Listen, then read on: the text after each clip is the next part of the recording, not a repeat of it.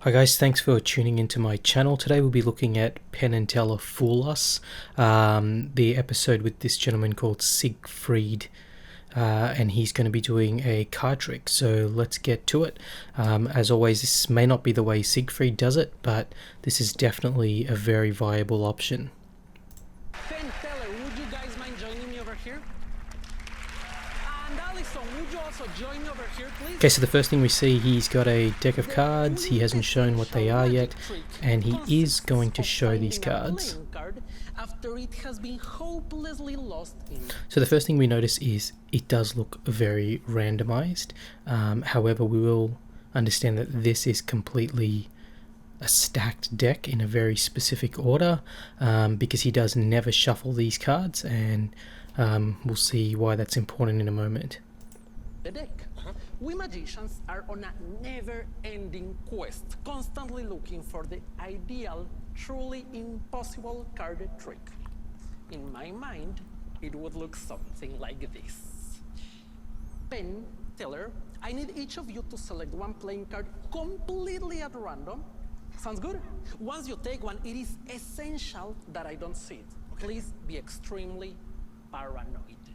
Okay? You have two big screens over there. Don't even show them to the screens. Keep them to yourself. Okay? Sure. Allison, while they look at their cards, I'll look at you, you look at me, you make sure I'm not picking, okay? Lovely. Penn, I'll go through the card like this. Okay, so we'll find out later on that Penn and Teller assumed that it was a forced card.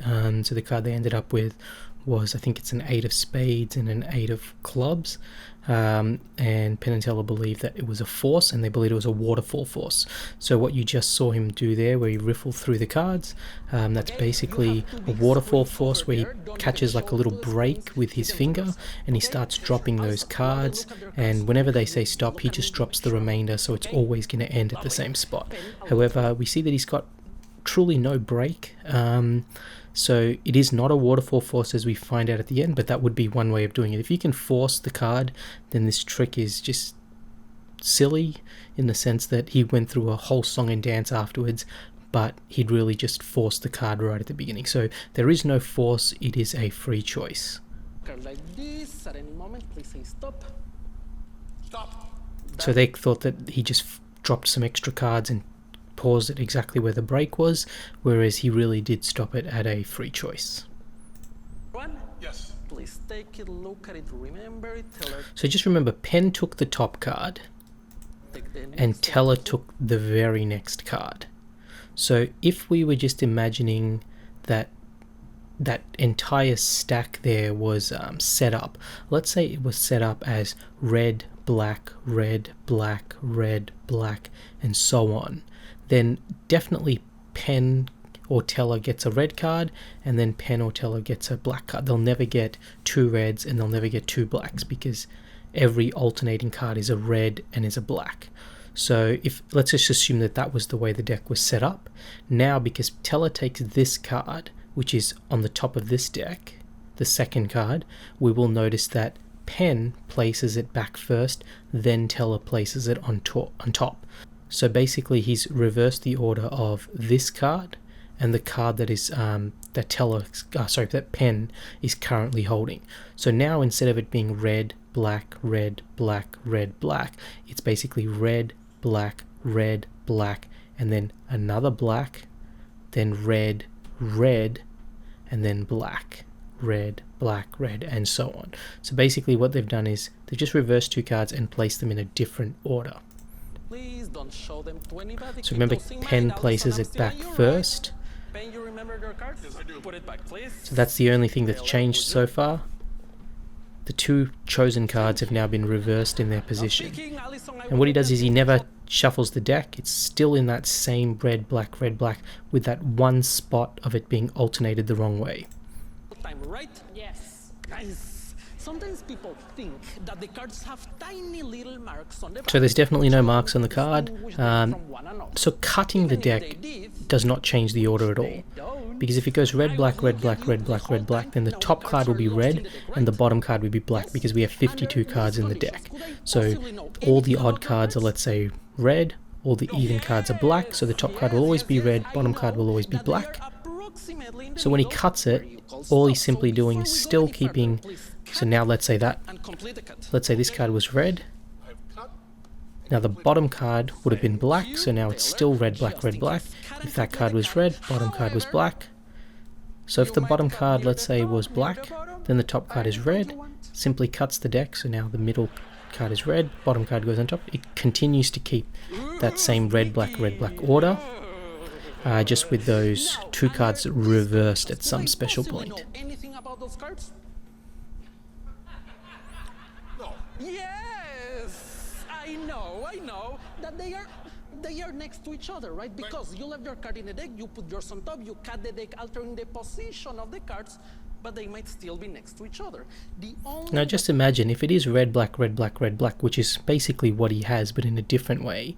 Now he's placing all the reds on this side, all the blacks on this side. He's going 1, 2, 1, 2. So odds on this side, evens on this side. Red, black, red, black, red, black, and so on, right? So he's basically now separating all the reds on one side, all the blacks on the other side, except for that one special section where he's reversed the two cards. Now, one black card is going to end up on the red pile, and one red card is going to end up in the black pile. Like this.